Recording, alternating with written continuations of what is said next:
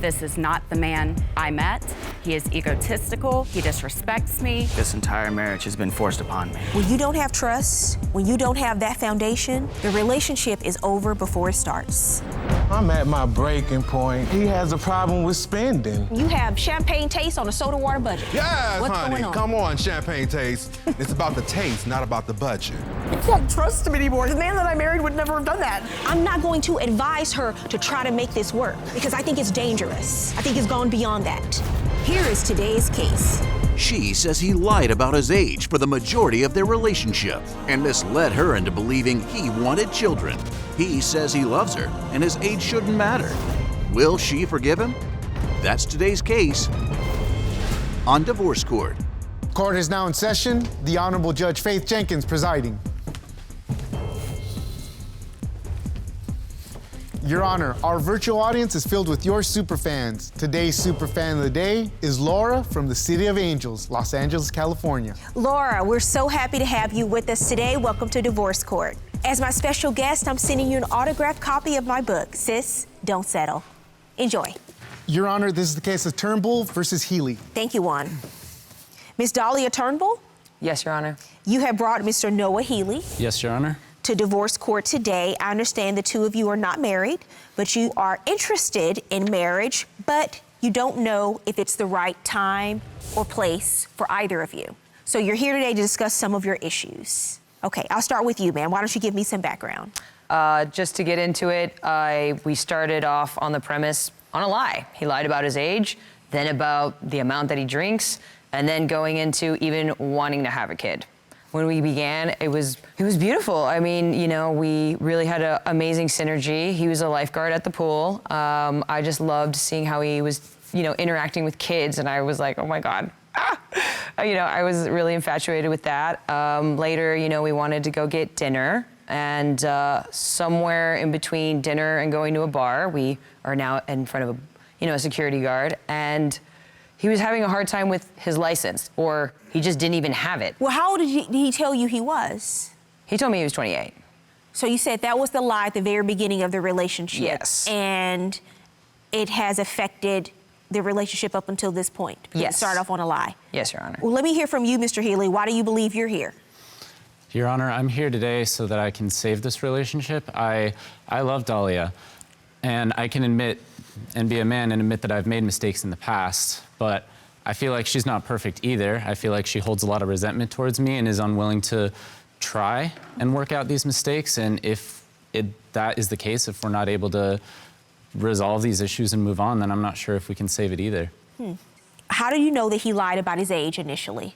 So we're at home, we're in my apartment now, and I was getting ready for some friends to show up, and he's in the bathroom. 10 minutes turned into 20 minutes, it turned into 30 minutes. I'm like, what are you doing in the bathroom, man? And then I was like, you know what? I'm just gonna go handle it myself. So then I go to the store to go handle the beer, and he's like, don't worry, I'll do all the cooking. So that was like one indicator of like how I don't really see his ID at that point. How old was he at the time? 19. He was 19. Yes, Your Honor. Now, why did you feel like you needed to lie and say you were almost 10 years older than you were, Mr. Healy? I was afraid that she wasn't going to stay with me or that she would leave. I don't know why I said it at first, but then after, as it went on, I felt like I was too deep into it. You got really deep into it. An entire year you didn't tell her you were 19? No, I didn't, Your Honor. So when you talk about what you've been doing the last 10 years of your life, because you said you were 28, so when you got into what you were doing the last several years of your life, you'd actually been in high school.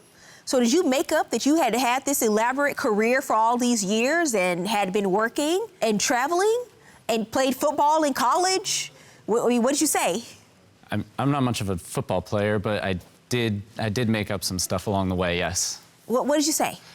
I mean, I'd said that I'd been in aquatics this whole time and that was truthful, that I do work in aquatics, but I had said that I'd been doing that and that I had a higher position in the company than I really did. It was a mess. I wish I'd never done it, but that's what I said. And you said this for an entire year?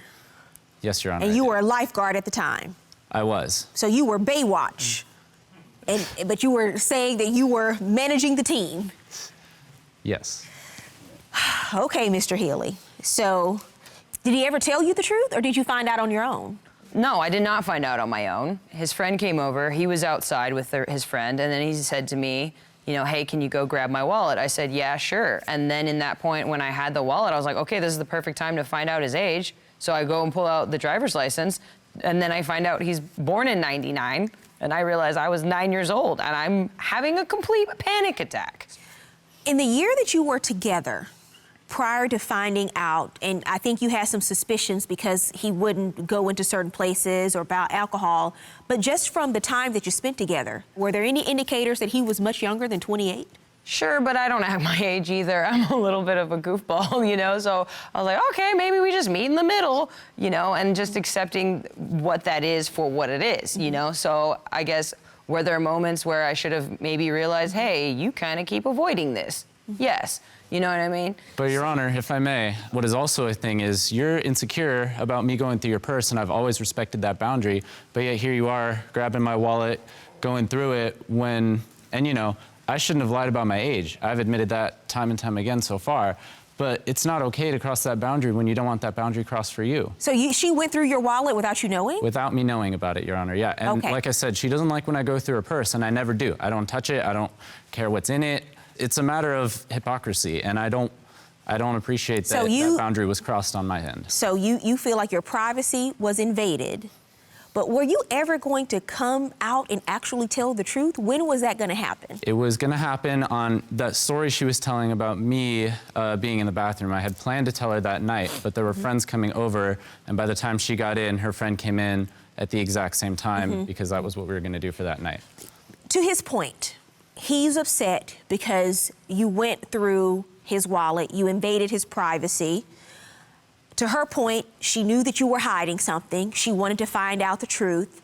And this is what happens. There's a snowball effect. Because when you do cross that line and you find out the truth, what are you going to do about it? I always say that when people start looking through people's phones. Okay, so you're going to take the phone, you're going to look through the phone, but what are you going to do with the information you find? Him and his drinking just got to an excessive point. He's peeing on my suitcase. And I'm just like baffled. Why'd you do that? I barely remember it, Your Honor. And then I open the door and he's in the shower with his clothes on. At this point, do you realize perhaps I need to drink less?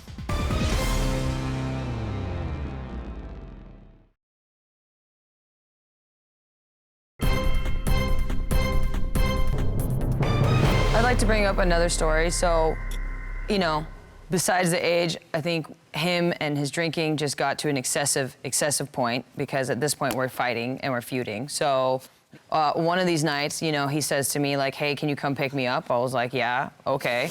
I come get him and he's like, I really got to go to the bathroom. I got to go to the bathroom. And then I was like, all right. So as he's rushing upstairs, I'm like, okay. I go to follow him and he's peeing on my suitcase in the corner, and I have to take the suitcase and get ready to go to Texas the next day for work. And I'm just like baffled. Why'd you do that? I barely remember it, Your Honor. And here's the thing about that. I'm not saying that it was the right thing to do or that I should have gotten that drunk, but here's the thing.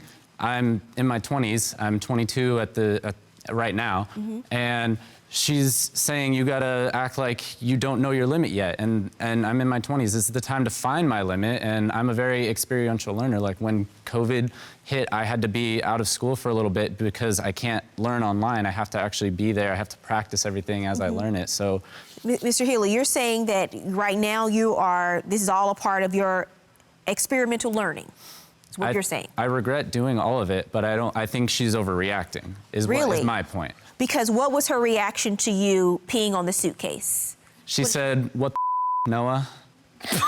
That doesn't seem to be an overreaction, Mr. Healy. She said that, and then woke up the next day she was the next day was. So how many times would you say that your drinking has caused an issue between the two of you?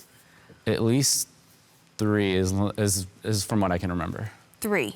There's more than 3. So this was 3 or 4 weeks ago, and you know my friend is hosting a major event. I love to support her, so we go over there, and we're in the backyard. And I said, "Look, I need you to not embarrass me this time. I really want to just be able to handle us being in public, okay?" And he has about 2 drinks. Then his eyes get a little glassy. Sure enough, I know he's in the bathroom once again, and the shower's going off. I'm like, why are we in the shower at my friend's house? And then I open the door, and he's in the shower with his clothes on. At your friend's house? Yeah, and then they show up, and then they don't know what to do, whether to laugh or be concerned. Of course, my main friend is concerned, but everyone else is laughing, standing there. So the one thing that I wanted to avoid is now unavoidable in front of the people that I love and care about and want to build relationships with. What happened that time? It's still really fuzzy, Your Honor. I barely remember any of it, but I did reach out to all those friends and apologize. I'm doing my best here to make amends for the things that I do. It just seems like all you want to do is hold on to it, and it doesn't seem like you're really willing to forgive, even though you did stay with me after you found out that I was younger than you thought. So after one or two incidents like this, you said you're an experimental learner. At this point, do you realize perhaps I need to drink less? Yes, Your Honor. I've actually been sober for 2 weeks now. I haven't touched any drinks, and I didn't only do that to prove it. I did it to prove it to myself first and foremost, but I also wanted to prove it to her and to everyone here who's mediating that I can do it. I don't need this stuff to live. It's fun, but I've made my mistakes, and I'm willing to just not touch it for a little while. And it's been 2 weeks ago as of yesterday. I think that's good. Now you're starting to learn what your limits are, right? But I think you're doing the right thing by cutting back completely right now until you figure some of this out.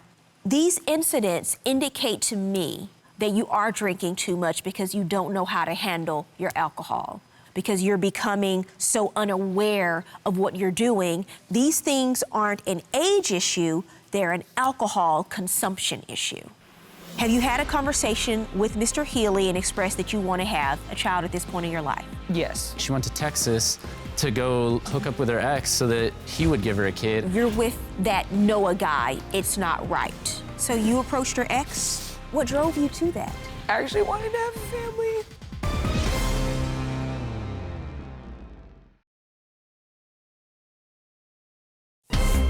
If you'd like your case to be heard on divorce court, call us toll-free 1-877-311-2222 or log on to our website at divorcecourt.com. Miss the show? Watch full episodes on our streaming platforms and follow us on social media for exclusive content. There's another issue you've had in your relationship, and you said is one of the main reasons why you're here today. Yes. As I said prior, you know, I'm at an age where I'm ready to start a family. And how old are you? 31. And, you know, just recently, I think this was about 2 weeks ago, I was letting him know, like, hey, you know, one of our friends, she's gonna bring the baby over, and I had a whole weekend planned out, you know, what we were gonna do and the activities, and I'm excited, and I was like, all right, you know, let me pull out the Google Maps and like where we're gonna go in the parks and whatnot, and along with the Groupons. And he just kind of found an excuse to not even be there the entire weekend. And again, we live together, so it's like, where are you going? And at that point, you know, he's like, all right, well, I have family things to take care of. Well, I didn't have a chance to say this, but, you know, I haven't really seen his family. So I don't really believe that. Have you had a conversation with Mr. Healy and expressed that you want to have a child at this point in your life? Yes. And what has he said in response to that? He said he wanted to have kids. After you found out he was 19 and not 28, did you revisit the conversation about having children? No. That's a conversation you need to revisit. There's a big difference between having a child with a 28-year-old and a 19-year-old. Yeah.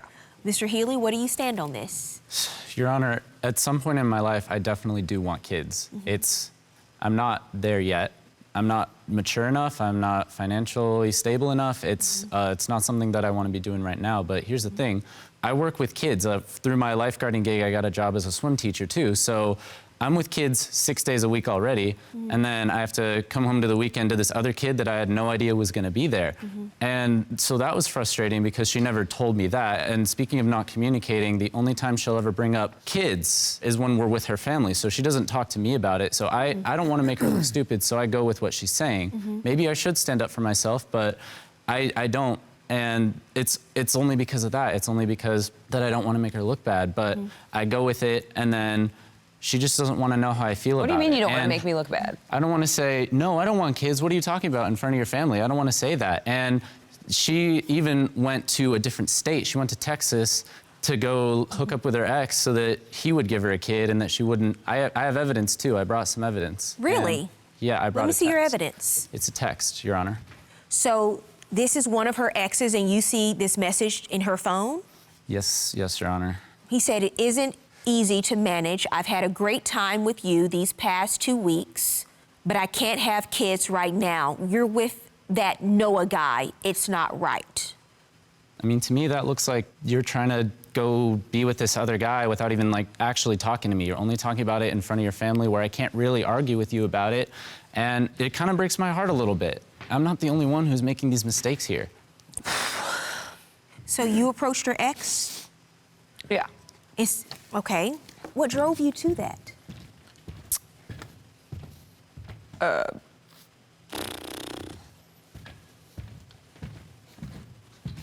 Actually wanting to have a family.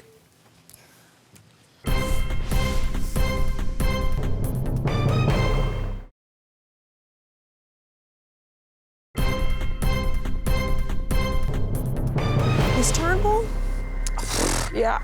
you have every right to want to have a family, and you're 31 years old, Yeah. but you're with someone who has the self-realization and the wherewithal to say he's not ready.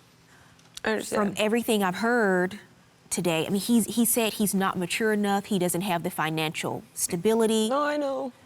And from everything I've heard today, he's right. I know. Do you know how many people I have come into this courtroom who don't make that decision at this point in their lives, and they don't even think about it, they don't plan for it, and then it happens, or they just do it to please someone? Right. And what happens after the fact? You can't go back after it's done and change that decision. Well, nothing happened with my ex. Can we just... I believe you. I No. believe you, but I don't think that's the point. I think the point was you went to him and approached him about this transaction, Behind about my having a back, I might child. add. And you are in a relationship with Mr. Healy. So I think that speaks to where this relationship has to take a back seat Right. to what you really want in your lives right now. Everything you've talked about today, it really stops here. Because I think you have to respect and honor his honesty when he says he's not ready for children. But I don't know that we would be here today if you had been honest from the beginning and just told her the truth that you were 19. Because you know what you do when you're honest with someone, like you're being honest about not having children? When you're honest with someone, you give her the opportunity to make a decision. Do I want to be in a relationship with someone who's 19? You deprived her of that opportunity. So when you go into your next relationship, you be honest about who you are, because you want someone to love you for who you are and where you are in your life right now, 22 years old, not ready to have children, not 31, according to the original math. And you, when he says it, he means it. And you have to believe him, and it's not your job to try to convince him and change his mind. He's not ready for children. So you go find the relationship that is right for you at this point in your life path. Good luck to both of you.